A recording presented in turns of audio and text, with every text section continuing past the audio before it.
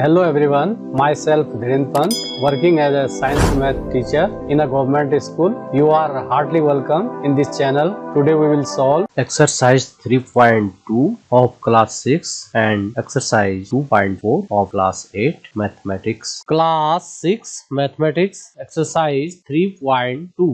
इस एक्सरसाइज को करने के लिए आपको कुछ संख्याओं के बारे में जानकारी होना आवश्यक है, जो कि हैं सम संख्या इवन नंबर, विषम संख्या ऑड नंबर, अभाज्य संख्या प्राइम नंबर, भाज्य संख्या कंपोजिट नंबर। आइए अब हम इन संख्याओं के बारे में थोड़ी सी जानकारी ले लेते हैं। सर्वप्रथम हम जानकारी ले लेते हैं सम संख्या के बारे में, यानी इवन नंबर वह संख्या जो 2 से पूरी बार विभाजित होती है सम संख्या कहलाती है। यानी आप किसी संख्या में 2 का भाग देंगे और शेषफल आपको 0 प्राप्त होगा तो वह संख्या सम संख्या होगी। फॉर एग्जाम्पल, हमने एक संख्या ली 6। अब यदि हम 6 को 2 से डिवाइड करें तो 2 का भाग 6 में 3 बार जाएगा और शेषफल 0 होगा। तो इसका मतलब हुआ कि 6 एक इवन नंबर यानी सम संख्या है। अब यदि कोई बड़ी संख्या होगी तो हम कैसे जानेंगे कि वह संख्या सम है? तो इसके लिए सम संख्या की पहचान आपको जानना आवश्यक है। यदि आप सम संख्या को पहचानना सीख गए तो बिना भाग दिए आप बता सकते हैं कि यह संख्या सम यानी इवन है। सम संख्या की पहचान है जिस संख्या के इकाई का अंक 0, 2, 4, 6 या 8, 0, 2, 4, 6 और 8 होता है वह संख्या सम होती है। तो कितनी भी बड़ी संख्या हो, यदि उसका यूनिट डिजिट 0, 2, 4, 6 या 8 होगा तो वह संख्या सम यानी इवन होगी। तो उदाहरण के लिए मैंने यहाँ पर 3 संख्याएं दी हैं। पहली संख्या के इकाई यानी यूनिट डिजिट 0 है और दूसरी संख्या का यूनिट डिजिट 2 है, तीसरी संख्या का यूनिट डिजिट 4 है। ये सभी संख्याएं सम संख्याएं होंगी। यदि हम इन संख्याओं को 2 से डिवाइड करें तो आपको शेषफल 0 प्राप्त होगा, अर्थात ये सभी संख्याएं 2 से पूरी बार विभाजित होंगी। विषम संख्या ऑड नंबर वह संख्या जो 2 से पूरी बार विभाजित नहीं होती है विषम संख्या कहलाती है। यानी इन संख्याओं में हम 2 से अगर भाग करेंगे तो आपको शेषफल 0 प्राप्त नहीं होगा, शेषफल सदैव 1 प्राप्त होगा। विषम संख्याओं के कुछ उदाहरण मैंने यहाँ पर लिखे हुए हैं। तो ये सभी संख्याएं 2 से विभाजित नहीं होंगे। अब हम कैसे पहचाने कि दी गई संख्या विषम है? तो इसके लिए हमें विषम संख्या की पहचान को जानना आवश्यक है। यदि हम विषम संख्या की पहचान को जान जाएंगे तो हम संख्या को देखते ही बता सकते हैं कि यह संख्या सम है या विषम। तो इनकी पहचान है जिस संख्या के इकाई का अंक 1, 3, 5, 7 या 9 होता है वह संख्या विषम संख्या होती है। जैसे कि उपरोक्त उदाहरणों में पहली संख्या के इकाई में 1 है और दूसरी संख्या का जो यूनिट डिजिट है वह 3 है और थर्ड नंबर का यूनिट डिजिट 7 है। तो ये सभी संख्याएं विषम हैं। हम बिना भाग दिए इन संख्याओं को पहचान सकते हैं। तो कुल मिलाकर जिन संख्याओं के इकाई में 0, 2, 4, 6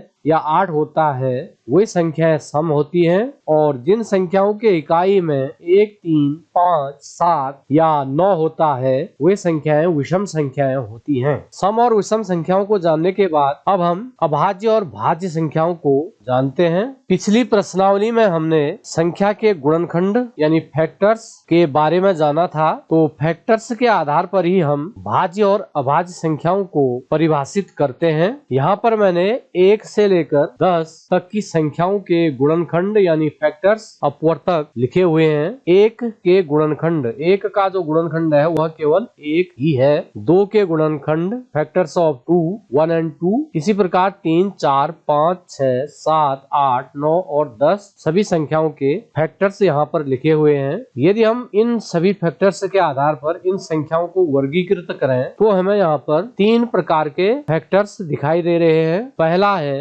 एक का केवल एक ही फैक्टर है जो कि स्वयं एक है, और दूसरी जो संख्याएं हैं उनके दो फैक्टर्स हैं। जैसे दो के दो फैक्टर हैं, 1 और 2। 3, तो फैक्टर्स ऑफ 3 आर 1 एंड 3, केवल दो फैक्टर है। 5, 7, इनके भी केवल दो गुणनखंड हैं। इनके अलावा अन्य जो संख्याएं हैं जैसे कि 4, 6, 8, 9, 10, इनके 2 से अधिक फैक्टर्स हैं। तो जिन संख्याओं के केवल दो गुणनखंड होते हैं अर्थात दो फैक्टर्स होते हैं, वे संख्याएं प्राइम नंबर्स यानी अभाज्य संख्याएं कहलाती हैं, जैसे 2, 3, 5, 7 आदि। और जिन संख्याओं के 2 से अधिक गुणनखंड होते हैं वे संख्याएं कंपोजिट नंबर्स यानी भाज्य संख्याएं कहलाती हैं। फॉर एग्जाम्पल 4, 6, 8, 9, 10 आदि। और 1 यानी 1 न तो भाज्य है और न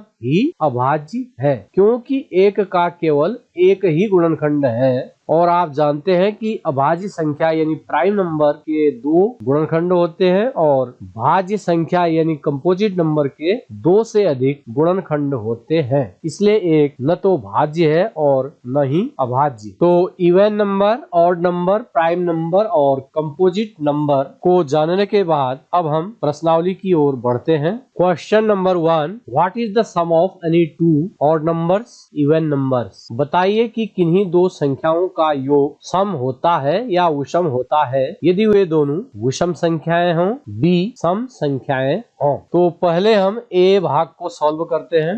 दोनों नंबर ऑड हों यानी विषम हों, तो इसके लिए हम कोई भी दो ऑड नंबर्स ले लेते हैं। चलिए 3 एंड 5 दो ऑड नंबर्स हम लेते हैं। 3 और 5 को यदि हम ऐड करेंगे तो यह 8 यानी इवन सम प्राप्त होगा। तो ए भाग का आंसर हो जाएगा the sum of any two odd numbers is even, यानी दो विषम संख्याओं का योग सम होता है। अब हम इसके बी भाग को हल करते हैं, यानी दो इवन नंबर्स का सम इवन होता है या ऑड होता है। तो इसके लिए हम कोई भी दो इवन नंबर ले लेते हैं। For example 2 and 4। 2 एंड 4 को यदि हम ऐड करें तो यह 6 यानी सम अर्थात इवन प्राप्त हो रहा है। तो बी भाग का आंसर भी होगा the sum of any two even numbers is even, यानी दो सम संख्याओं का योग सम होता है। तो इस क्वेश्चन के माध्यम से हमने जाना कि दो विषम संख्याओं को जोड़कर सम संख्या प्राप्त होती है और दो सम संख्याओं को जोड़कर भी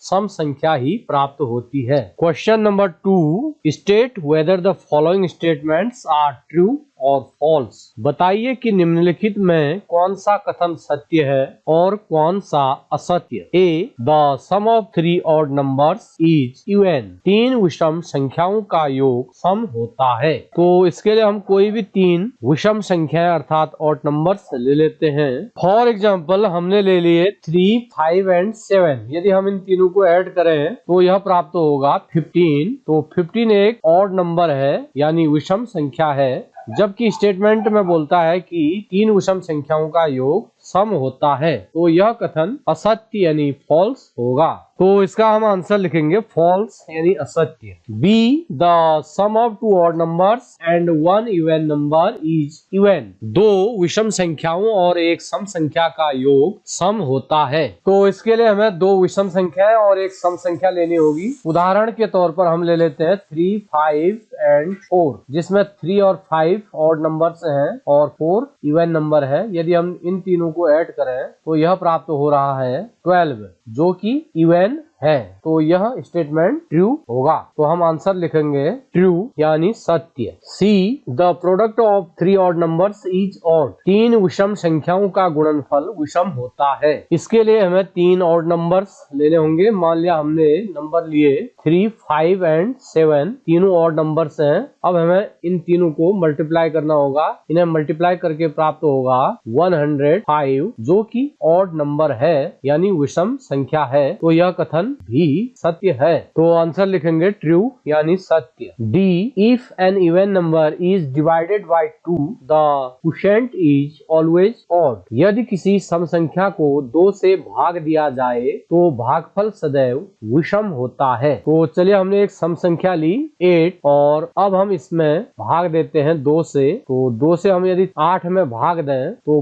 भागफल जो प्राप्त होगा वह 4 प्राप्त होगा, जो कि एक इवन नंबर है। तो इसका मतलब हुआ कि यह कथन असत्य यानी फॉल्स है। तो हम आंसर लिखेंगे फॉल्स यानी असत्य। E, all prime numbers are odd. सभी अभाज्य संख्याएं विषम हैं। तो इसे सॉल्व करने के लिए हम उदाहरण ले लेते हैं 2, जो कि एक प्राइम नंबर है और यह एक इवन नंबर है। 2 के अलावा जितने भी प्राइम नंबर होते हैं वे सभी ऑड होते हैं। तो यह कथन सत्य नहीं होगा, अर्थात असत्य यानी फॉल्स होगा। F, prime numbers do not have any factors. अभाज्य संख्याओं के कोई गुणनखंड नहीं होते हैं। तो प्राइम नंबर्स जैसे 2, 3, 5 हैं, इनके जो फैक्टर्स होते हैं 2 के फैक्टर 1 एंड 2 होते हैं, 3 के 1 एंड 3 होते हैं, 5 के 1 एंड 5 होते हैं। तो प्राइम नंबर के सदैव 2 फैक्टर होते हैं, जो कि पहला फैक्टर 1 होता है और दूसरा स्वयं वही संख्या होती है। तो यह कथन असत्य होगा। G, sum of 2 prime numbers is always even. तो इसके लिए हम कुछ प्राइम नंबर्स ले लेते हैं, जैसे 2, 3, 3, 5, 7, 11। अब हम इनको ऐड करके देखते हैं। 2 + 3 यह आ जाएगा 5, जो कि ऑड है। 3 + 5 आएगा 8, जो कि इवन है। 7 + 11 दिस इक्वल टू 18 यानी इवन। तो हम देख रहे हैं कि जब हम किसी प्राइम नंबर में प्राइम नंबर 2 को ऐड करेंगे तो वह ऑड आएगा, और 2 के अलावा हम अन्य प्राइम नंबर्स को ऐड करेंगे तो वह इवन होगा। तो कथन के अनुसार 2 प्राइम नंबर्स का जो योग है सदैव इवन होता है, यह गलत है, अर्थात यह कथन असत्य यानी फॉल्स है। H, 2 is only the even prime number. केवल 2 ही एक सम अभाज्य संख्या है, यह कथन सत्य यानी ट्रू है। I, all even numbers are composite numbers. सभी सम संख्याएं भाज्य संख्याएं हैं। तो पहली जो सम संख्या है वह 2 है, जो कि अभाज्य यानी प्राइम नंबर है, और कथन के अनुसार सभी सम संख्याएं भाज्य संख्याएं हैं। 2 एक इवन नंबर है जबकि कंपोजिट नहीं है। तो यह कथन असत्य यानी फॉल्स होगा। J, the product of any 2 even number is always even. 2 सम संख्याओं का गुणनफल सदैव सम होता है। तो इसके लिए आप कोई भी 2 इवन नंबर्स ले लीजिए, मान लिया 2 और 4, इनको आप मल्टीप्लाई करके देखिए तो यह आ रहा है 8 यानी इवन। इसके अलावा भी आप अन्य उदाहरण ले सकते हैं। आप देखेंगे कि 2 सम संख्याओं को गुणा करके सदैव सम संख्या प्राप्त हो रहा है। तो यह कथन सत्य होगा। Question number 3, the numbers 13 and 31 are prime numbers. Both these numbers have same digits 1 and 3. Find such pairs of prime numbers up to 100। संख्या 13 और 31 अभाज्य संख्याएं हैं। इन दोनों संख्याओं में 2 अंक 1 और 3 हैं। 100 तक की संख्याओं में ऐसे अन्य सभी युग्म ज्ञात कीजिए। The required pair of prime numbers having same digits are. 100 तक की समान अंक वाली अभाज्य संख्याओं के युग्म होंगे। तो जो पहला युग्म है वह 13 और 31 का है, जो कि आपको उदाहरण में दिया गया था, और जो दूसरा युग्म है वह होगा 17 and 71, और जो तीसरा युग्म है वह होगा 37 and 73, और जो चौथा युग्म है वह है 79 and 97। तो 100 तक की समान अंकों वाली अभाज्य संख्याओं के जो युग्म है वह केवल 4 होते हैं। पहला 13 and 31, दूसरा 17, 71, तीसरा 37 and 73, और चौथा 79 and 97। Question number 4, write down separately the prime and composite numbers less than 20। 20 से छोटी सभी अभाज्य और भाज्य संख्याएं अलग अलग लिखिए। तो आप जानते हैं कि जिस संख्या के केवल 2 फैक्टर्स होते हैं, अर्थात जिस संख्या में केवल एक और उसी संख्या का भाग जाता है, वह संख्या अभाज्य संख्या यानी प्राइम नंबर कहलाती है। तो 1 से 20 तक ऐसी संख्याएं हैं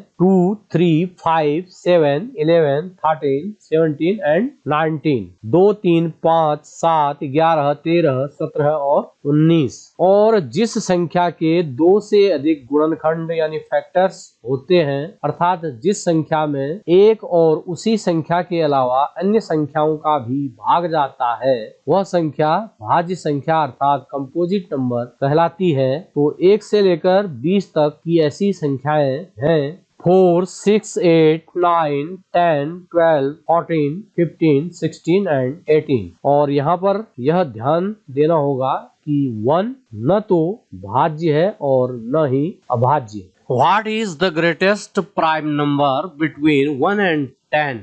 1 से 10 तक के बीच में सबसे बड़ी अभाज्य संख्या लिखिए। तो 1 और 10 के बीच की अभाज्य संख्याएं होती हैं 2, 3, 5 एंड 7। तो इन सब में सबसे बड़ा है 7। तो आप लिखेंगे the greatest prime number between 1 and 10 is 7। 1 और 10 के बीच में सबसे बड़ी अभाज्य संख्या 7 है। Question number 6, express the following as the sum of two odd primes. निम्नलिखित को दो विषम अभाज्य संख्याओं के योग के रूप में व्यक्त कीजिए। तो आपने दी गई संख्या को दो प्राइम नंबर्स के योग के रूप में लिखना है। तो इन संख्याओं के ऐसे 2 या 2 से अधिक युग्म हो सकते हैं। पहली संख्या हमारे पास है 44। 44 को हम लिख सकते हैं 3 + 41। 3 और 41 दोनों प्राइम नंबर्स हैं। और अन्य युग्म हो सकते हैं 7 + 37। 7 और 37 को ऐड करेंगे तो भी 44 मिलेगा। और 7 और 37 दोनों प्राइम नंबर्स हैं। एक युग्म और हो सकता है 13 एंड 31।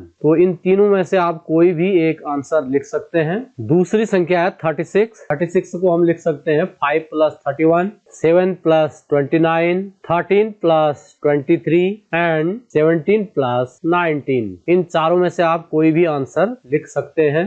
Next number is 24। 24 को आप लिख सकते हैं 5 + 19, 7 + 17 एंड 11 + 13। इन तीनों में से आप किसी को भी आंसर लिख सकते हैं। डी 18। 18 को हम लिख सकते हैं 5 + 13 and 7 + 11। Question number 7, give 3 pairs of prime numbers whose difference is 2। अभाज्य संख्याओं के ऐसे 3 युग्म लिखिए जिनका अंतर 2 हो। तो ऐसे अनेक युग्म हो सकते हैं जैसे 3 and 5, 5 and 7, 11 and 13, 17 and 19 आदि। इस प्रकार की संख्याओं को ट्विन प्राइम्स यानी अभाज्य युग्म कहते हैं। Question number 8, which of the following numbers are prime. निम्नलिखित में कौन सी संख्याएं अभाज्य संख्याएं हैं। फर्स्ट 23। तो 23 के आप यदि फैक्टर्स देखें तो वे होंगे 1 and 23, यानी इसके केवल 2 ही फैक्टर हैं, अतः यह एक प्राइम नंबर यानी अभाज्य संख्या होगी। 51 के फैक्टर्स होंगे 1, 3, 17 एंड 51, यानी 51 के 2 से अधिक फैक्टर्स हैं, अतः यह एक कंपोजिट नंबर होगा न कि प्राइम नंबर। सी 37। तो 37 के जो फैक्टर्स होंगे 1 and 37 ही होंगे, तो इसके केवल 2 फैक्टर्स होंगे, अतः यह एक प्राइम नंबर अर्थात अभाज्य संख्या होगी। नेक्स्ट 26 के जो फैक्टर्स हैं वह होंगे 1, 2, 13 एंड 26। तो 26 के 2 से अधिक फैक्टर्स हैं, यह एक कंपोजिट नंबर होगा, प्राइम नंबर नहीं। Question number 9, right 7 consecutive composite numbers less than 100 so that there is no prime numbers between them। 100 से छोटी 7 क्रमांगत भाज्य संख्याएं लिखिए जिनके बीच में कोई अभाज्य संख्याएं नहीं हों। तो हम लिखेंगे required 7 consecutive composite numbers are. 100 से छोटी 7 क्रमांगत भाज्य संख्याएं जिनके बीच में कोई अभाज्य संख्या नहीं है, वे हैं 90, 91, 92, 93, 94, 95 एंड 96। यानी 90 से लेकर 96 तक की संख्याएं ऐसी हैं जो कि लगातार भाज्य अर्थात कंपोजिट हैं। इनके बीच कोई भी अभाज्य संख्या यानी प्राइम नंबर नहीं है। Question number 10, express each of the following numbers as the sum of 3 odd primes. निम्नलिखित संख्याओं में से प्रत्येक को 3 अभाज्य संख्याओं के योग के रूप में व्यक्त कीजिए। A 21, तो 21 को आपने 3 प्राइम नंबर्स के योग के रूप में लिखना है। तो हम इसे लिख सकते हैं 3 + 5 + 13। 3, 5 और 13 तीनों ही प्राइम नंबर्स हैं। 3 + 7 + 11 भी इसका आंसर हो सकता है। B 31, तो 31 को आप 3 प्राइम नंबर्स के योग के रूप में लिख सकते हैं 5 + 7 + 19। इस आंसर के अलावा अन्य भी इस क्वेश्चन के आंसर हो सकते हैं। C 53, 53 को आप लिख सकते हैं 13 + 17 + 23। इस आंसर के अलावा अन्य भी इस क्वेश्चन के आंसर हो सकते हैं। D 61, 61 को हम लिख सकते हैं 11 + 13 + 37। इस आंसर के अलावा अन्य भी इस क्वेश्चन के आंसर हो सकते हैं। Question number 11, right the 5 pairs of prime numbers less than 20 whose sum is divisible by 5। 20 से छोटी अभाज्य संख्याओं के ऐसे 5 युग्म लिखिए जिनका योग 5 से विभाज्य हो। संकेत आपको दिया गया है 3 × 7 = 10। तो सर्वप्रथम हम प्रश्न को समझने का प्रयत्न करते हैं। तो हमें 20 से छोटी 2 ऐसी अभाज्य संख्याएं लिखनी है जिनका योग 5 से विभाज्य हो। तो ऐसा पहला युग्म हम लिख सकते हैं 2 और 3, 2 और 3 का, क्योंकि 2 और 3 को आप ऐड करोगे तो आपको प्राप्त होगा 5, जो कि 5 से विभाजित होगा। दूसरा युग्म हम लिख सकते हैं 2 और 13, 2 और 13 दोनों ही 20 से छोटे हैं और इनका योग 15 यानी 5 से विभाज्य है। तीसरा हमने लिखा है 11 और 9, 11 और 9 दोनों ही 20 से छोटे हैं और इनका योग 20 5 से विभाज्य है। चौथा हमने लिखा हुआ है 17 और 3, 17 और 3 दोनों 20 से छोटे हैं और इनका योग 20 आ रहा है जो कि 5 से विभाज्य है। और जो पांचवा पेयर लिखा गया है वह है 7 और 13। 7 और 13 को यदि हम जोड़ें तो 20 आएगा। 7 और 13 दोनों ही 20 से छोटे हैं और इनका जो योग है वह 5 से विभाजित है। Question number 12, fill in the blanks. निम्नलिखित रिक्त स्थानों को भरिए। A number which has only 2 factors is called a ... वह संख्या जिसके केवल 2 गुणनखंड हों एक ... कहलाती है। तो आपने अभाज्य संख्या यानी प्राइम नंबर्स के बारे में जाना था कि प्राइम नंबर्स के केवल 2 फैक्टर्स होते हैं। तो यहाँ पर हम लिखेंगे प्राइम नंबर यानी अभाज्य संख्या। B, a number which has more than 2 factors is called a ... वह संख्या जिसके 2 से अधिक गुणनखंड हों एक ... कहलाती है। तो 2 से अधिक गुणनखंड वाली संख्या भाज्य संख्या यानी कंपोजिट नंबर कहलाती है। तो यहाँ पर हम लिखेंगे कंपोजिट नंबर यानी भाज्य संख्या। C, 1 is neither ... एक न तो ... है और न ही ... तो हम जानते हैं कि 1 का जो फैक्टर है केवल 1 ही है। 1 के न तो 2 गुणनखंड है और न ही 2 से अधिक। तो 1 न ही प्राइम नंबर है और न ही कंपोजिट नंबर। तो आंसर में आप लिखेंगे एक न तो अभाज्य है और न ही भाज्य। 1 is neither prime nor composite। D, the smallest prime number is। सबसे छोटी अभाज्य संख्या। तो आप जानते हैं कि सबसे छोटी अभाज्य संख्या 2 यानी 2 होती है। तो आंसर लिखेंगे 2। E, the smallest composite number is। तो जो सबसे पहला यानी सबसे छोटा कंपोजिट नंबर अर्थात भाज्य संख्या है वह है 4। तो इसका आंसर होगा 4। F, the smallest even number is। सबसे छोटी सम संख्या। तो सबसे छोटी सम संख्या होती है 2। तो आंसर हो जाएगा 2। 8 mathematics exercise 2.4। Question number 1, Amina thinks of a number and subtract 5/2 from it। She multiplies the result by 8। The result now obtained is 3 times the same number she thought of। What is the number? Amina एक संख्या सोचती है। वह इसमें से 5/2 घटाकर परिणाम को 8 से गुणा करती है। अब जो परिणाम मिलता है वह सोची गई संख्या की तिगुनी है। वह सोची गई संख्या ज्ञात कीजिए। तो इसके लिए हम मान लेंगे, मान लिया अमीना ने जो संख्या सोची है वह x है। तो हम लिखेंगे let the required number be x। माना अभीष्ट संख्या x है। अकॉर्डिंग टू क्वेश्चन, प्रश्न के अनुसार। अब प्रश्न में क्या कहता है कि सोची गई संख्या में से वह 5/2 घटाती है और जो परिणाम मिलता है उसे 8 से गुणा करती है। अब सोची गई संख्या क्या है, x है, तो x में से 5/2 घटाएंगे तो हो जाएगा x ऋण 5/2। अब यह जो परिणाम प्राप्त हो रहा है यानी x ऋण 5/2, इसको किससे गुणा किया जाता है, इसे 8 से मल्टीप्लाई किया जाता है, तो इंटू 8 लिखेंगे। अब वह पाती है कि जो यह प्राप्त होता है यानी x - 5/2 इंटू 8, यह सोची गई संख्या का 3 गुना है। अब सोची गई संख्या जो है x है, उसका 3 गुना कितना हो जाएगा, 3x, तो यह बराबर हो जाएगा 3x। अब हम इस ब्रैकेट को सॉल्व करेंगे तो 8 से x को भी मल्टीप्लाई करेंगे और 8 से 5/2 को भी मल्टीप्लाई करेंगे, तो यह हो जाएगा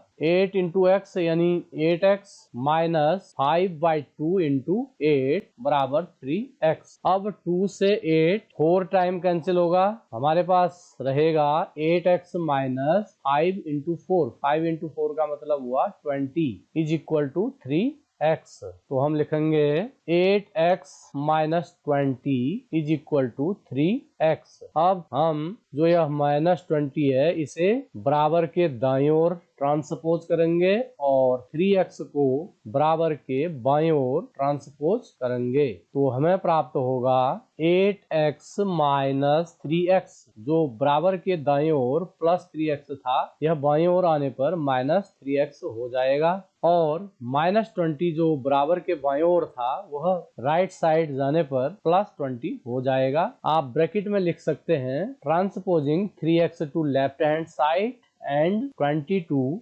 राइट हैंड साइड। 3x को बाईं ओर और 20 को दाईं ओर पक्षांतर करने पर। अब देखिए 8x माइनस 3x, 8x में से 3x कम करेंगे तो हो जाएगा 5x, तो हमें मिलेगा 5x इज इक्वल टू 20। अब x के साथ जो 5 है यह बराबर के बाईं ओर गुणा में है, तो दाईं ओर यह भाग में जाएगा, तो आपको मिलेगा x बराबर 20/5 यानी 20/5। 5 से 20 4 टाइम डिवाइड होगा तो हमें मिलेगा x इज इक्वल टू 4। अतः अमीना के द्वारा सोची गई जो संख्या थी वह 4 थी। आप लिखेंगे thus x equal to 4 is the required number. अतः अभीष्ट संख्या बराबर x यानी 4। This is answer. Question number 2, a positive number is 5 times another number.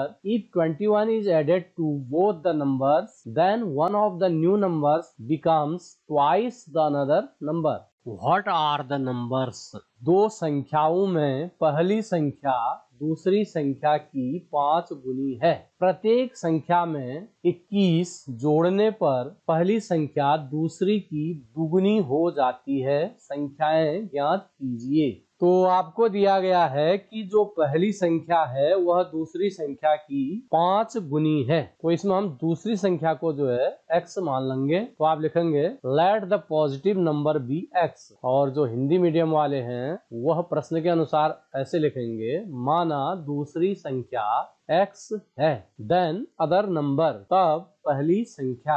अब पहली संख्या जो है दूसरी संख्या का 5 गुना है, तो दूसरी संख्या हमने मानी थी x, उसका 5 गुना आ जाएगा, 5 गुना x यानी 5x। तो नंबर जो है कुल मिलाकर x और 5x हम मान लेंगे। अकॉर्डिंग टू क्वेश्चन, प्रश्न के अनुसार जब दोनों संख्याओं में 21 ऐड किया जाता है तो पहली संख्या दूसरी संख्या की 2 गुनी हो जाती है। तो हमारे पास संख्याएं क्या हैं, 5x और x हैं, तो आपने 5x में भी 21 ऐड करना है और x में भी 21 ऐड करना है। तो अकॉर्डिंग टू क्वेश्चन दोनों में 21 ऐड करने पर जो पहली संख्या है अर्थात 5x प्लस 21, यह दूसरी संख्या का दुगुना हो जाती है। तो आप लिखेंगे 5x plus 21 is equal to x plus 21 into 2। अब हम इस ब्रैकेट को सॉल्व करेंगे तो लेफ्ट साइड में 5x प्लस 21 को ऐसे ही लिखेंगे और 2 से आप x को भी मल्टीप्लाई करेंगे और 2 से 21 को भी मल्टीप्लाई करेंगे तो यह हो जाएगा 2x प्लस 42। 21 2 जार 42। अब हम 2x को बराबर के दाईं ओर से बराबर के बाईं ओर ले जाएंगे और 21 को बराबर के बाईं ओर से बराबर के दाईं ओर ले जाएंगे। Transposing 2x to left hand side and 21 to right hand side we get 5x minus 2x, जो बराबर के दाईं ओर प्लस 2x था यह बाईं ओर आकर माइनस 2x हो जाएगा और इसी प्रकार जो दाईं ओर है वह 42 माइनस 21 हो जाएगा, जो बराबर के बाईं ओर प्लस 21 था वह दाईं ओर आकर माइनस 21 हो जाएगा। अब 5x में से 2x लेस करेंगे और 42 में से 21 लेस करेंगे तो प्राप्त होगा 3x is equal to 21। x का मान ज्ञात करने के लिए x के साथ जो 3 गुणामय है यह बराबर के दाईं ओर भाग में यानी बटा में चला जाएगा तो हमें प्राप्त होगा x is equal to 21 upon 3। 3 से 21 7 टाइम डिवाइड होगा तो आपको प्राप्त होगा x इज इक्वल टू 7। तो हमारी जो संख्याएं थी वह x और 5x थी, तो 10 the required numbers are x यानी 7 एंड 5x यानी 5 इंटू 7 अर्थात 35। तो अतः संख्या हो जाएंगी 5 और 35। This is answer. Question number 3. Sum of the digits of two-digit number is 9. When we interchange the digits, it is found that the resulting new number is greater than the original number by 27. What is the two-digit number? 2 अंकों वाली दी गई एक संख्या के अंकों का योग 9 है। इस संख्या के अंकों के स्थान बदलकर प्राप्त संख्या दी गई संख्या से 27 अधिक है। दी गई संख्या ज्ञात कीजिए। तो आप जानते हैं कि जो 2 अंकों की संख्या होती है उसमें 2 डिजिट्स होते हैं, एक इकाई का अंक होता है और एक दहाई का अंक होता है। फॉर एग्जाम्पल हम ले लें 64, तो 64 में 4 वंस में है और 6 टेंस में है। यदि हम इस संख्या का विस्तार करें तो हम इसे लिख सकते हैं, जो टेंस में है उसको 10 से मल्टीप्लाई करेंगे 10 इंटू 6 प्लस, और जो वंस में है उसे आप 1 से मल्टीप्लाई कर सकते हैं, यानी दहाई वाले अंक को 10 से गुणा करेंगे और इकाई वाले अंक को 1 से गुणा करेंगे। तो इकाई वाले अंक को 1 से गुणा करेंगे तो वही अंक आपको प्राप्त होगा। तो यहाँ पर हम 4 इंटू 1 को 4 भी लिख सकते हैं। तो 2 अंकों की जो संख्या होती है वह इस प्रकार से होती है 10 into tens place digit plus unit place digit, यानी 2 अंकों की संख्या का सूत्र हो गया 10 गुणा दहाई का अंक धन इकाई का अंक। 2 अंकों की संख्या के सूत्र को समझने के बाद आइए अब हम बढ़ते हैं क्वेश्चन के सॉल्यूशन की ओर। आपको दिया गया है कि संख्या के अंकों का योग 9 है, तो हम इकाई या दहाई में से किसी एक डिजिट को x मान लेंगे। तो हम मान लेते हैं, माना इकाई का अंक x है, let unit place digit be x।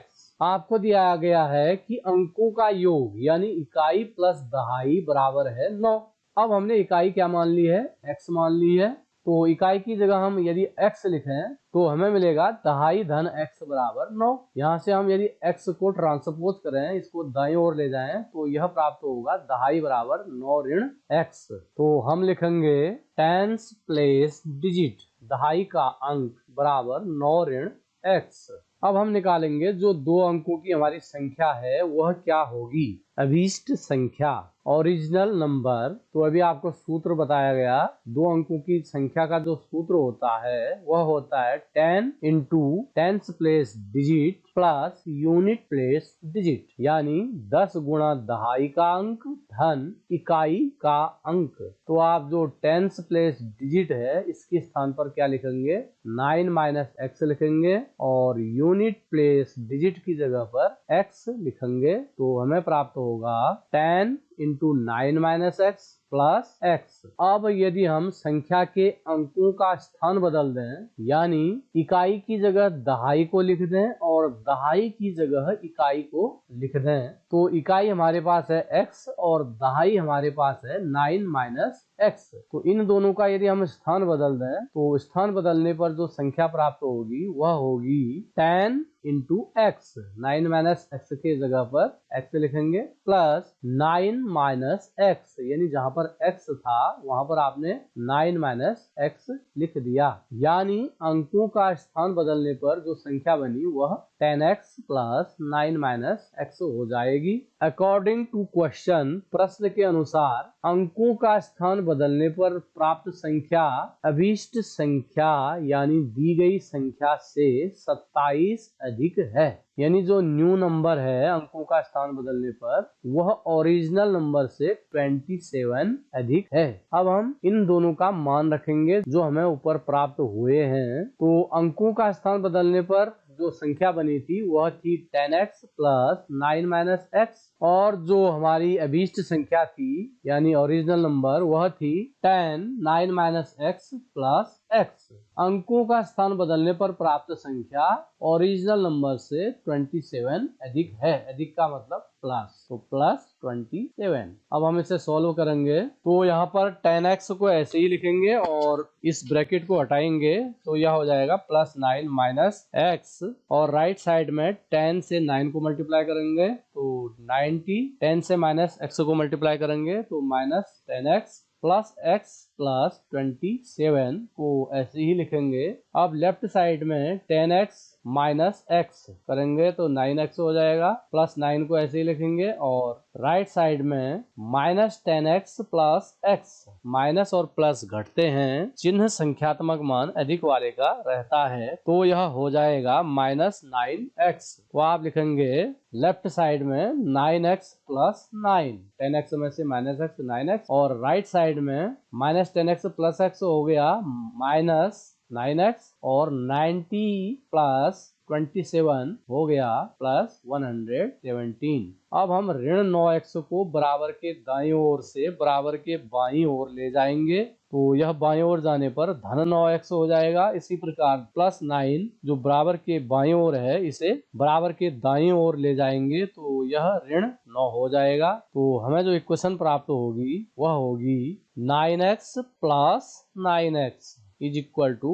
117 minus 9। तो कोष्ठ में आप लिख सकते हैं 9x को बाईं ओर और 9 को दाईं ओर पक्षांतर करने पर। अब 9x ऐड करेंगे तो 18x हो जाएगा, 117 में से 9 लेस करेंगे तो 108 हो जाएगा। तो हम लिखेंगे 18x is equal to 108। x का मान प्राप्त करने के लिए यह 18 बराबर के दाएं ओर भाग में यानी बटा में चला जाएगा, तो हमें मिलेगा x बराबर 108 अपॉन 18। अब 18 के पहाड़े में 108 कितने टाइम आता है? 6 टाइम आता है, तो 18 से 108 6 टाइम डिवाइड हो जाएगा, तो हमें मिलेगा x इज इक्वल टू 6।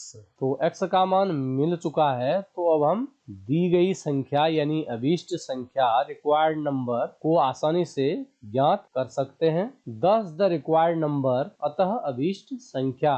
तो जो अभीष्ट संख्या थी यानी ओरिजिनल नंबर थी वह थी 10 9 माइनस एक्स प्लस एक्स। अब हम इसमें x का मान रखेंगे, x के स्थान पर हम 6 लिखेंगे, तो यह हो जाएगा 10 9 माइनस 6 प्लस 6। अब इस ब्रैकेट को सॉल्व करेंगे, 9 माइनस 6 का मान 3 हो जाएगा, तो हमें मिलेगा 10 इंटू 3 प्लस 6। अब 10 3 जार होता है 30, तो यह हो जाएगा 30 प्लस 6। 30 में 6 ऐड करेंगे तो 36। This is answer. Question number 4.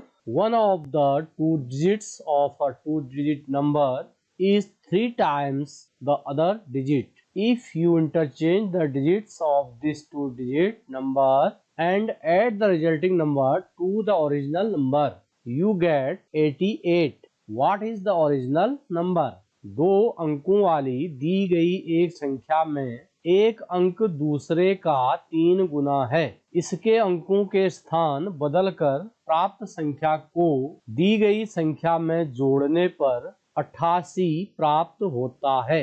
दी गई संख्या ज्ञात कीजिए। तो इसके लिए आपको दिया गया है कि दो अंकों की संख्या में एक अंक दूसरे का 3 गुना है।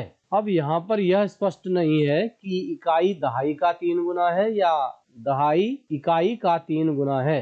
इसीलिए आप इकाई या दहाई में से किसी को भी x मान सकते हैं। यदि आप इकाई को x मानेंगे तो दहाई 3x होगा और दहाई को x मानेंगे तो इकाई 3x होगी। तो हम मान लेते हैं let unit place digit be x, यानी माना इकाई का अंक x है। प्रश्न के अनुसार एक अंक दूसरे का 3 गुना है, तो दहाई क्या हो जाएगा, देन टेंस प्लेस डिजिट, यानी दहाई का अंक हो जाएगा x का 3 गुना, इकाई का 3 गुना अर्थात 3x। अब हमारी जो दी गई संख्या बनेगी, ओरिजिनल नंबर बनेगा, उसके लिए आपने सूत्र पढ़ा हुआ है जो कि होता है 10 into tens place digit plus unit place digit, यानी जो अभीष्ट संख्या आती है वह होती है 10 गुणा दहाई का अंक धन इकाई का अंक। अब हम दहाई की जगह 3x लिखेंगे और इकाई की जगह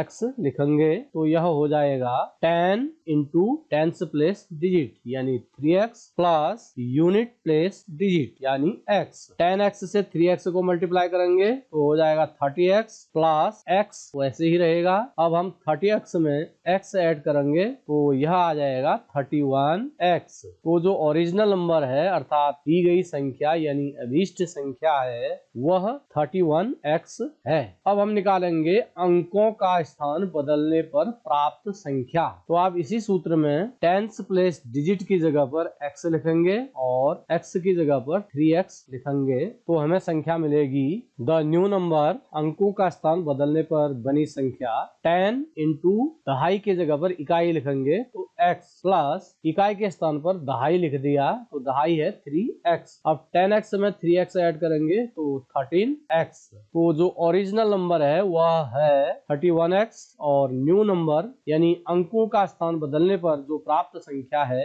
वह है 13x। अकॉर्डिंग टू क्वेश्चन, प्रश्न के अनुसार नए नंबर और ओरिजिनल नंबर का योग 88 है। तो आप लिखेंगे new number plus original number is equal to 88, यानी अंकों का स्थान बदलने पर प्राप्त संख्या धन अभीष्ट संख्या या दी गई संख्या बराबर 88। अब इनका हम मान रखेंगे, न्यू नंबर की जगह 13x और ओरिजिनल नंबर की जगह पर 31x। तो यह हो जाएगा 13x plus 31x is equal to 88। अब हम 13x में 31x जोड़ेंगे तो यह हो जाएगा 44x। तो इक्वेशन बनेगी 44x इज इक्वल टू 88। अब x का मान ज्ञात करने के लिए 44 को आप राइट साइड में ले जाएंगे तो राइट साइड में यह बटा में जाएगा, तो यह हो जाएगा x बराबर 88/44। अब 44 से 88 2 टाइम डिवाइड होगा तो आपको मिलेगा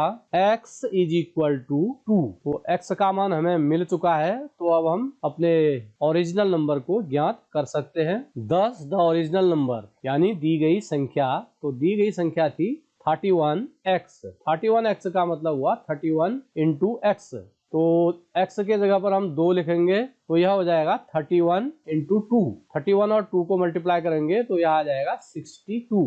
दिस इज आंसर। यहाँ पर यह ध्यान देने वाली बात है, यदि हम दहाई को x मानते तो इकाई 3x हो जाती, तो उस स्थिति में हमारी संख्या ओरिजिनल नंबर 13x हो जाती और अंकों का स्थान बदलने पर न्यू नंबर हो जाता 31x। तब 13x में मान रखने पर दी गई संख्या जो आती वह 26 आती। तो इस प्रश्न का उत्तर 62 भी हो सकता है और 26 भी हो सकता है। Question number 5, Shobo's mother's present age is 6 times Shobo's present age. Shobo's age 5 years from now will be 1/3 of his mother's present age. What are their present ages? सोबो की माँ की आयु सोबो की आयु की 6 गुनी है। 5 वर्ष बाद सोबो की आयु उसकी माँ की वर्तमान आयु की 1/3 हो जाएगी। उनकी आयु ज्ञात कीजिए।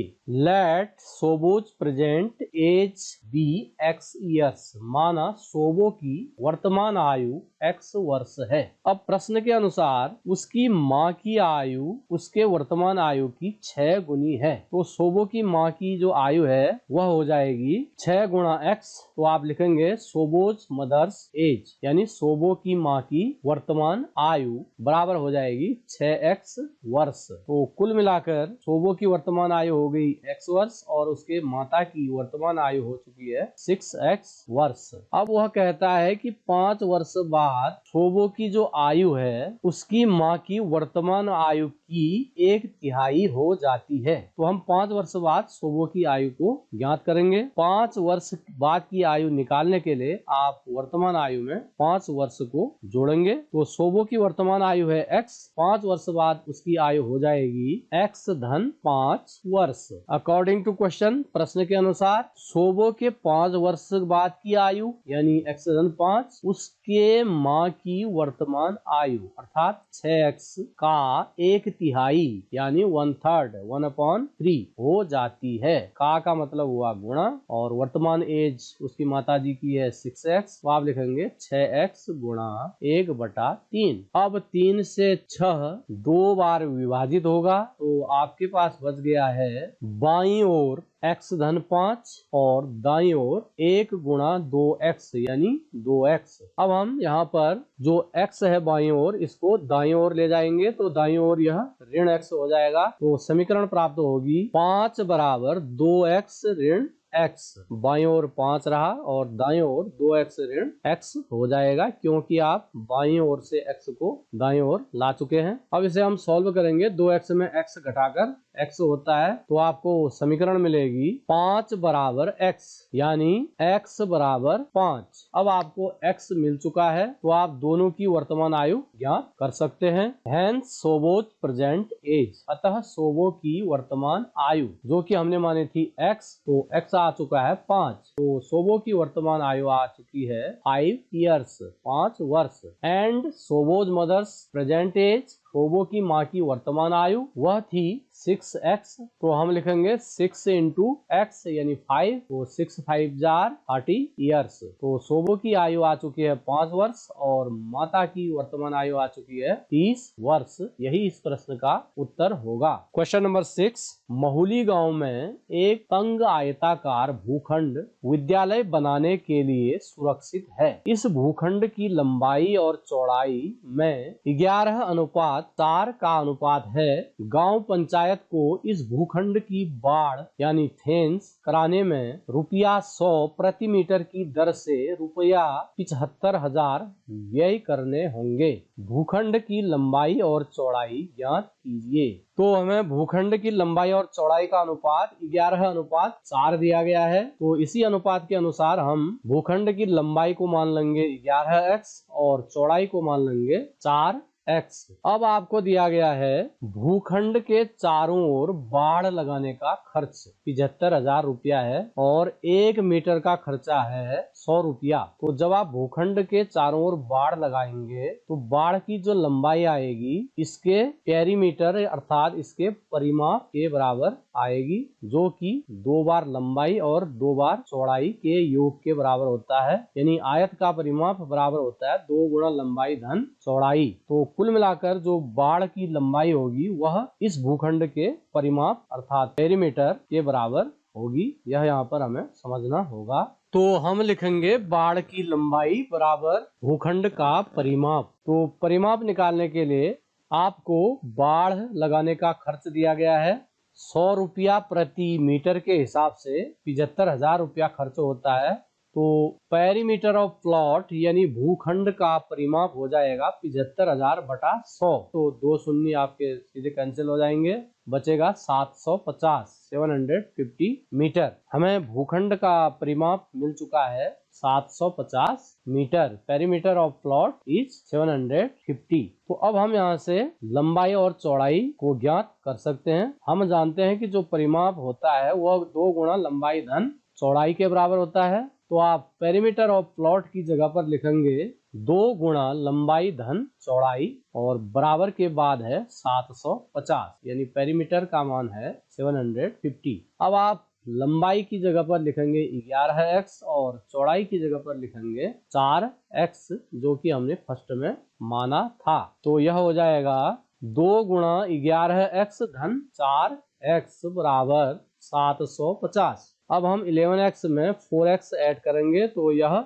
15x हो जाएगा। तो इक्वेशन बनेगी 2 into 15x is equal to 750। अब 2 और 15 गुणा होंगे तो बन जाएगा 30। तो आपको मिलेगा 30x इज इक्वल टू 750। और x का मान ज्ञात करने के लिए जो 30 x के साथ गुणा में है वह दाईं ओर पक्षांतर होके भाग में चला जाएगा। तो यह बन जाएगा x बराबर 750 भाग 30। अब भागा का मतलब होता है बटा, तो इसे हम लिख सकते हैं 750 बटा 30। 0 एंड 0 कैंसिल हो जाएंगे और 3 से 25 टाइम डिवाइड होगा तो आपको मिलेगा x इज इक्वल टू 25। अब हमें x मिल चुका है तो हम लंबाई और चौड़ाई को आसानी से ज्ञात कर सकते हैं। तो लेंथ हो जाएगी 11x, यानी 11 गुणा x अर्थात 11 गुणा 25, क्योंकि x का मान 25 प्राप्त हुआ था। 11 और 25 को गुणा करेंगे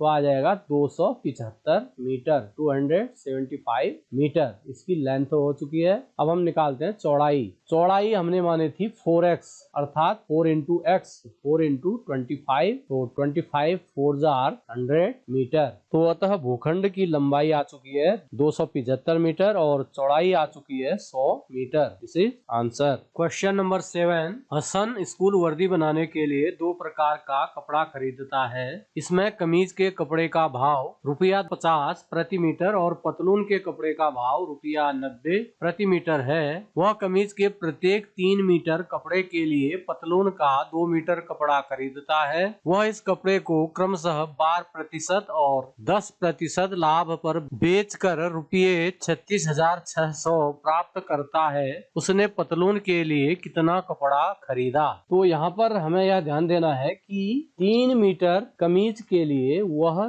2 मीटर पैंट का कपड़ा खरीदता है। तो हम कमीज के कपड़े को 3x मानेंगे तो पतलून के कपड़े को 2x मानेंगे। तो लिखेंगे माना कमीज का कपड़ा खरीदा जाता है 3x मीटर, तो जो पैंट है उसके लिए कपड़ा होगा 2x मीटर। अब आपको कमीज और पतलून दोनों के कपड़ों का रेट दिया गया है। कमीज के कपड़े का रेट है 50 रुपया प्रति मीटर और पतलून के कपड़े का रेट है 90 रुपया प्रति मीटर। तो कॉस्ट ऑफ शर्ट मटेरियल यानी कमीज के कपड़े का क्रय मूल्य हो जाएगा 50 गुणा 3x, क्योंकि कमीज का कपड़ा उसने कुल 3x मीटर खरीदा है। 1 मीटर का खर्चा है 50 रुपया, तो 3x मीटर का खर्चा हो जाएगा 50 गुणा 3x यानी 150x रुपीज। पतलून के कपड़े का क्रय मूल्य आ जाएगा 90 इंटू 2x, तो यह हो जाएगा 180x रुपीज। तो यह तो हो गया क्रय मूल्य कमीज और पतलून के कपड़ों का। अब उसने कमीज के कपड़े को 12% लाभ पर और पतलून के कपड़े को 10% लाभ पर बेचा।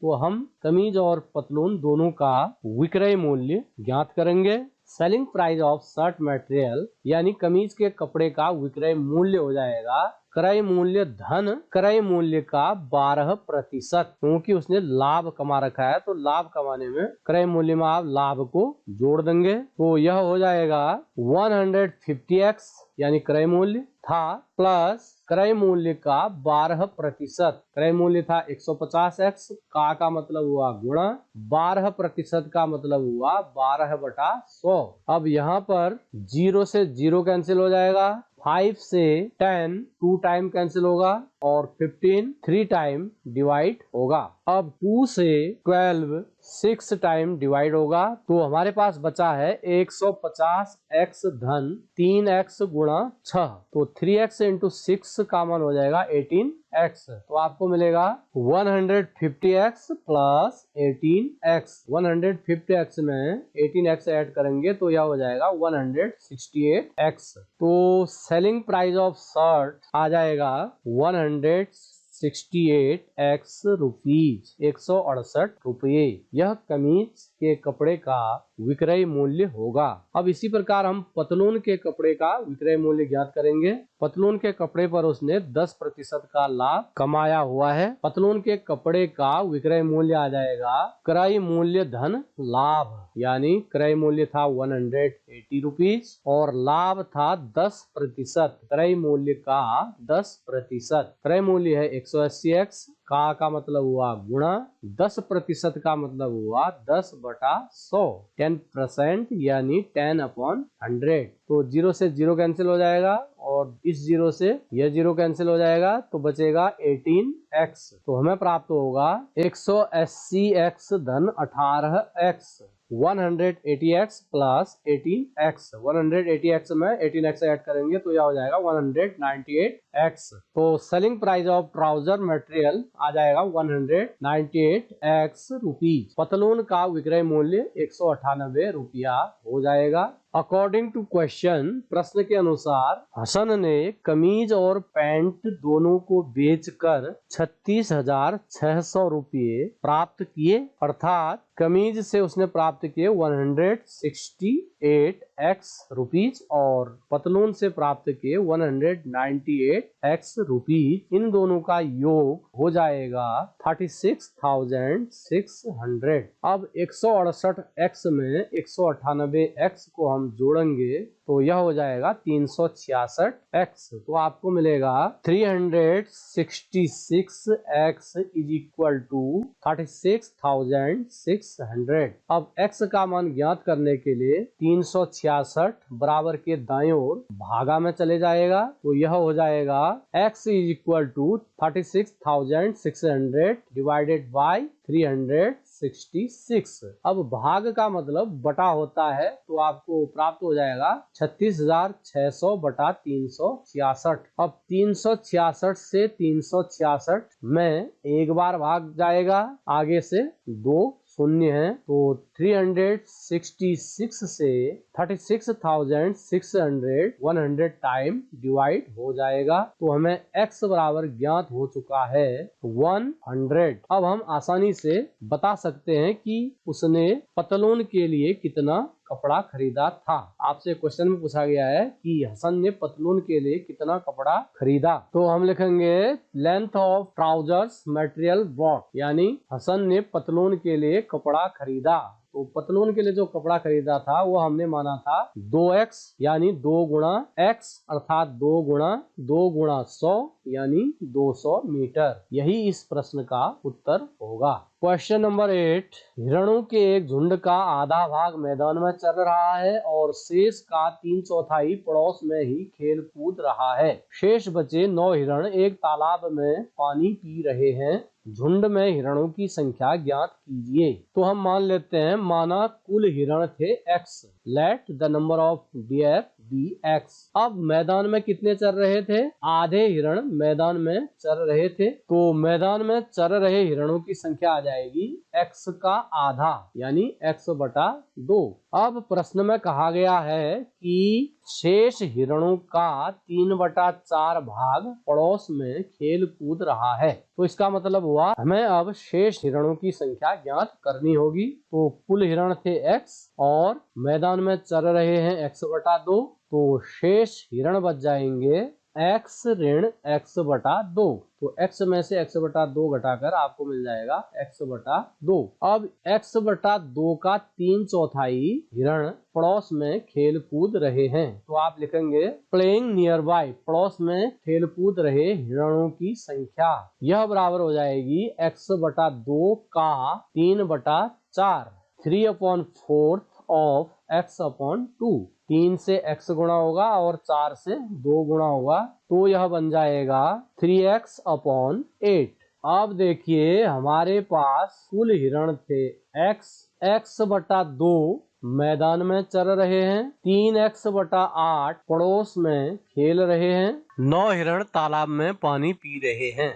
कुल हिरण यानी x 3 भागों में बट चुके हैं। x/2 चल रहे हैं, 3x/8 पड़ोस में खेल रहे हैं और 9 हिरण पानी पी रहे हैं। तो इन तीनों का योग कुल हिरणों के बराबर होगा। तो आप लिखेंगे अकॉर्डिंग टू क्वेश्चन, प्रश्नानुसार मैदान में चल रहे हिरणों की संख्या धन पड़ोस में खेल रहे हिरणों की संख्या धन पानी पी रहे हिरणों की संख्या बराबर कुल हिरण। इन चारों का मान आप रखेंगे x/2 plus 3x/8 plus 9 is equal to x। अब इसे सॉल्व करने के लिए हम इस समीकरण को 8 से गुणा कर लेंगे, क्योंकि 2 और 8 का एलसीएम 8 होता है। तो यह हो जाएगा 8 into x/2 plus 8 into 3x/8 plus 8 into 9 is equal to 8 into x। यानी समीकरण के हर पद को आपने 8 से गुणा किया।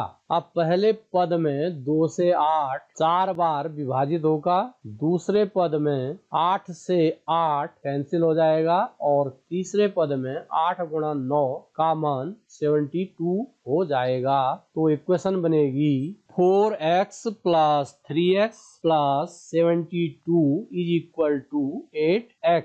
अब 4x और 3x ऐड होंगे तो बन जाएगा 7x। तो इक्वेशन मिलेगी 7x plus 72 is equal to 8x। अब 7x को हम बाईं ओर से दाईं ओर ले जाएंगे तो यह हो जाएगा 72 is equal to 8x minus 7x। 8x में से 7x घटाएंगे तो प्राप्त होगा x। तो आपको मिलेगा x इक्वल टू 72। तो आप लिखेंगे x इज इक्वल टू 72। तो x हमने माना था हिरणों की संख्या, तो जो कि आ चुकी है 72। तो आप लिखेंगे hence the required number of dear, अतः हिरणों की संख्या बराबर 72। This is answer. Question number 9, a grandfather is 10 times older than his granddaughter. He is also 54 years older than her. Find their present ages. दादाजी की आयु उसकी पौत्री की आयु की 10 गुनी है। यदि उनकी आयु पौत्री की आयु से 54 वर्ष अधिक है तो उन दोनों की आयु ज्ञात कीजिए। हम पौत्री की वर्तमान आयु को x मान लेंगे और दादाजी की आयु पौत्री की आयु की 10 गुनी है तो दादा की आयु हम 10x मान लेंगे। तो आप लिखेंगे let present age of granddaughter be x years, माना पौत्री की वर्तमान आयु x वर्ष, and the present age of grandfather, दादा की वर्तमान आयु आ जाएगी 10x years. According to question, दादा की आयु यानी 10x बराबर पौत्री की आयु से 54 वर्ष अधिक। पौत्री की आयु है x वर्ष, 54 अधिक का मतलब हुआ प्लस 54 धन 54। अब आप x को दाईं ओर से बाईं ओर ले जाएंगे तो यह ऋण x हो जाएगा। तो आपको प्राप्त होगा 10x minus x is equal to 54। 10x में से x लेस करेंगे तो इक्वेशन हो जाएगी 9x इक्वल टू 54। x का मान ज्ञात करने के लिए 9 54 के हर में जाएगा तो आपको मिलेगा x बराबर 54 भागा 9 यानी 54 बटा 9। 9 से 54 6 बार विभाजित होगा तो x बराबर 6 आपको प्राप्त हो जाएगा। x मिलने के बाद हम पौत्री और दादा दोनों की आयु आसानी से ज्ञात कर सकते हैं। तो आप लिखेंगे hence the present age of granddaughter, यानी पौत्री की वर्तमान आयु बराबर x यानी 6 वर्ष, और दादा की वर्तमान आयु प्रेजेंट एज ऑफ ग्रैंडफादर जो की थी 10x यानी 10 इंटू 6, यह हो जाएगा 60 years. This is answer. Question number 10, अमन्स age is 3 times his son's age 10 years ago. He was 5 times his son's age. Find their present ages. अमन की आयु उसके पुत्र की आयु की 3 गुनी है। 10 वर्ष पहले उसकी आयु पुत्र की आयु की 5 गुनी थी। दोनों की वर्तमान आयु ज्ञात कीजिए। तो आप मान लेंगे let the present age of the son be x years, माना पुत्र की वर्तमान आयु x वर्ष है। तब फादर यानी अमन की आयु आ जाएगी 3 गुना अर्थात 3x। अब 10 वर्ष पहले की आप दोनों की आयु ज्ञात करेंगे तो पहले की आयु ज्ञात करने के लिए वर्तमान आयु में से जितने वर्ष पूर्व की आयु आपने ज्ञात करनी है उतने वर्ष को आप घटा देते हैं। तो आप लिखेंगे 10 years ago the son's age was, 10 वर्ष पहले पुत्र की आयु। तो पुत्र की वर्तमान आयु है x वर्ष, 10 वर्ष पहले हो जाएगी x ऋण 10 वर्ष। इसी प्रकार 10 वर्ष पूर्व अमन की आयु हो जाएगी 3x ऋण 10 वर्ष। अकॉर्डिंग टू क्वेश्चन, प्रश्नानुसार 10 वर्ष पहले अमन की आयु अपने पुत्र की आयु की 5 गुनी थी। तो 10 वर्ष पहले अमन की आयु थी 3x ऋण 10 और पुत्र की आयु थी x ऋण 10। तो 3x ऋण 10 जो है वह x ऋण 10 का 5 गुना हो जाएगा, अर्थात 3x माइनस 10 इक्वल टू आपको मिलेगा 5 इंटू एक्स माइनस 10। अब 5 से आप इस ब्रैकेट को मल्टीप्लाई करेंगे तो यह हो जाएगा 5 into x 5x minus 5 into 10 50 is equal to 3x minus 10। अब 3x को हम बराबर के दाईं ओर से बाईं ओर और माइनस 50 को बराबर के बाईं ओर से दाईं ओर ले जाएंगे तो यह हो जाएगा 5x minus 3x plus 3x यहाँ आकर माइनस 3x हो जाएगा बराबर माइनस 10 प्लस 50 या 50 माइनस 10। माइनस 50 बाईं ओर था तो दाईं ओर यह प्लस 50 हो जाएगा। अब 5x में से 3x घटाएंगे तो 2x मिलेगा और 50 में से 10 घटाएंगे तो 40 प्राप्त होगा। तो यह हो जाएगा 2x बराबर 40। x ज्ञात करने के लिए 2 का भाग 40 में देंगे तो x बराबर आ जाएगा 40 भाग 2 यानी 40 बटा 2 से 40 डिवाइड होगा 20 टाइम, तो x इक्वल टू आ गया है 20। हेंस द सन सेज यानी पुत्र की आयु जो हमने मानी थी x वर्ष वह आ चुका है 20, तो पुत्र की आयु आ जाएगी 20 वर्ष। एंड द एज ऑफ अमन यानी उसके पिता की आयु जो कि हमने मानी थी 3x, तो यह हो जाएगा 3 इंटू एक्स यानी 3 इंटू 20 अर्थात 60 ईयर्स। तो अमन की आयु आ गई है 60 वर्ष और उसके पुत्र की आयु आ चुकी है 20 वर्ष। यही प्रश्न का उत्तर होगा।